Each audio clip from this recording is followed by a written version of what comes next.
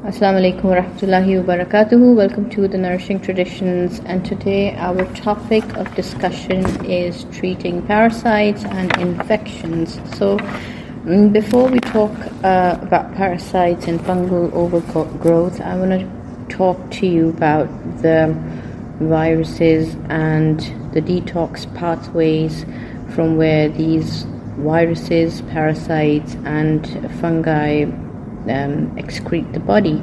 So they are entirely cleared through the liver and then excreted with the bile into the small intestines, and hopefully the disabled viruses, some of them are still alive and they are traveling down the gut and need to be eliminated.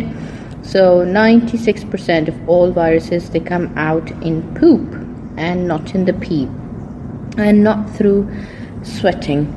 So we have to make sure that our liver is functioning well, and especially the viruses such as chronic Epstein Barr or chronic herpes virus infections, or simply a flu, and it has to be cleared through the detox pathways of liver. So there's an example from Wakefield studies that says that if children get vaccinated with MMR, the measles virus is alive and needs to be cleared through the through the liver and in the gut. And then what happens is that these viruses, they tend to become alive in the gut on the way down and create a chronic viral infection in the gut. The reason that's important is that in order to help the liver to work, all the downstream gut needs to work properly, and that clears the stuff that the liver has cleared. And so this is a bit on the viruses. And the other thing that parasites is that parasites don't just live in the gut. Like, people have falsely assumed that some parasites, they would just live in the gut and then they will come out in the poop. But there are stages like the larval stage, and the larval stages of parasites travel. In the case of Ascaris, for example, in the night they are in the lungs, and then in the morning, they would be traveling around, especially when the larvae, they hatch and the worms are out. So they would try to go in the interstitial fluids, and we don't even know them if we swallow them again, and they become mature worms on the way down. And some people, when they're put on anti-parasitic drugs or the clearing regimes, then some of the patients, they have parasites crawling inside of their eye or ear or through the nose. And so the parasites are not just in the gut, they're everywhere. And we find a lot of people with epilepsy responding to the anti-parasitic drug. That means that the parasite actually lives in the head or domiciled in the brain. So this is one way of getting rid of seizures and epilepsy. If you know that you're parasitically infected, then perhaps some of the anti-parasitic drugs would help you, helping in the get rid of seizures. And there are a lot of patients who never have to live on anti-epileptic drugs throughout their lives when they cleaned their parasites, clean their bodies of parasites. But in terms of liver health, what's important is that if you have parasites in the gut, first of all, the parasites change the gut motility and it slow it really down. So you will be having constipation, the food passes by them slowly, and they eat from our nourishment, from our food, and they grow bigger and bigger. So many cases of chronic constipation or sluggishness in the gut are caused by the biotoxins that parasites use to modulate our gut. And that's an important part. And then the next part is that so when the parasite gets threatened, they're looking for the safe place or safe escape hatch. And this is very often up the pancreatic duct in the pancreas, or it can be the bile duct, it can be the common bile duct. And what it is actually, when they're there, they're just mechanically blocking, or there's a mechanical obstruction, and somehow the bile is not able to come out, or the exit routes from the liver are of course blocked up. And this can also initiate an immune reaction to the worms inside, and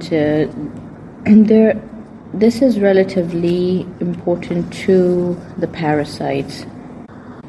So you must have seen some people when they get white tongue and the doctors diagnose them as candida overload or fungal overgrowth. So that's another link of why the microorganisms, they come and they start growing in our body, especially the link of moles and candida and yeast. When moles are in the longer chains, they are called yeast. So they are there to absorb or to suck in the heavy metals and the toxic heavy metals, and it's the body that allows the moles to grow because they're saving the body from the heavy metals at a cost that now we have to deal with the mycotoxins. And mycotoxins are the toxins that the mold itself excretes to keep itself safe from our immune system. But the moles are really our lifesavers right now in the toxic environment.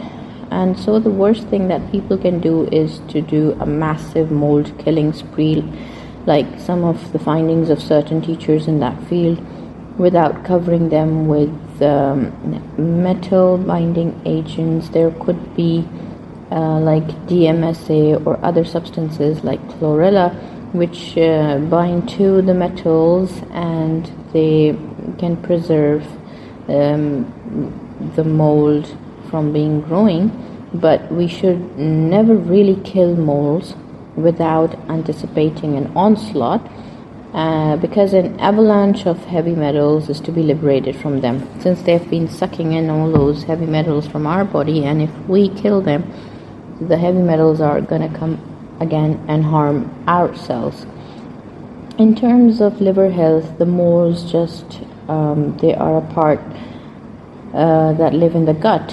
When they're connecting with each other and making these longer chains called yeast, the job of the liver is to clear the toxins which are produced by the yeast and by the moles. And so the moles, they establish themselves, they grow, and they excrete these mycotoxins every day in small amounts to keep them safe from our immune system. And there are some now really nice urine tests that can actually demonstrate that we have mycotoxins in our body. And the mycotoxins, since they have to be cleared through liver, and that can damage the liver cells. Or we can put it in this way, that the machinery of the liver cells, it gets completely jammed up by the mycotoxins, and the liver cells, they don't know that they're prepping for the onset. And when they jam several of the enzymes inside the liver cells, the liver cannot do its job. It cannot do its job. It has two important jobs. One is anabolic, to create building blocks for the things the body needs, and the other one is catabolic, that it breaks down or it helps in detoxification. Or it's the same liver cells, they do two different jobs, anabolic and catabolic. So the catabolic is just absorbing the toxins and breaking them down and shoving them in the bile system and the bile ducts. So mycotoxins are notoriously known to block both the enzymes that have the anabolic function. So you're aging prematurely because you're not repairing the system, as a lot of aspects are considered. Premature aging, unhappy aging, has to do with the bile toxins that are not cleared in the liver. And the other job is that the liver is impaired in its job when it's doing the detox job. That includes everything like the heavy metals, the agrochemicals, the food chemicals it has to break down, and it's quite uncertain that liver cells are able to break those chemicals. It's not so easy. Our poor livers, they are more busy now than ever it was in the history of humanity. And certain mycotoxins are jamming this machinery more effectively than any other known thing. So there are two things which can help the liver. Number one is the glutathione, and number two is alpha lipoic acid. Now these two things, they help the liver to shove out the mycotoxins into the common bile duct and out through the gut down in the poop. With the hormone metabolites which are being metabolized by the liver, we know that when the hormone metabolites, they are excreted into the gut, the yeast and parasites in the gut, they can reconstitute the hormone metabolites to complete the hormone, and on the way down the body, the absorbing surfaces of the small intestine recognizes the hormones and reabsorbs them. So this is a common cause of the estrogen dominance in men, which you can see commonly now, and in women also, and men in their 60s, as you know, they grow boobs. So all the suspect is that they have parasites or the gut or yeast in the gut that reconstitutes the hormone breakdown to produce estrogen. So we've also seen results in clearing out these toxins from zeolites and charcoal. And charcoal, the organic activated charcoal, it could bind to a lot of mycotoxins.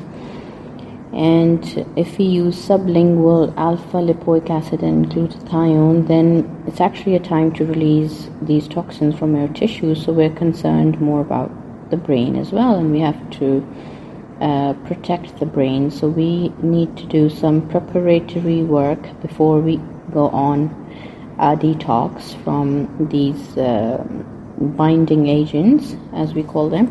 And somewhere somebody showed that a DMPS shot literally caught the mercury come out. So a DMPS shot is a triggering thing for the mercury to come out in urine, and that means that trigger points were areas that were holding onto the mercury. And so when we clear the whole liver detox system, that's the time then to do a systemic detox where you trigger the release of toxins or whatever, like agrochemicals or pesticides or other things which have glyphosate. And some of the eating you can do is consume bunches of cilantro, and these also trigger the release of mercury. And so from the sea we get Chlorella, which is a universal binder that has been most published. It binds to all the heavy metals that we know. It binds mostly to the modern farming chemicals and mycotoxins, the mold toxins.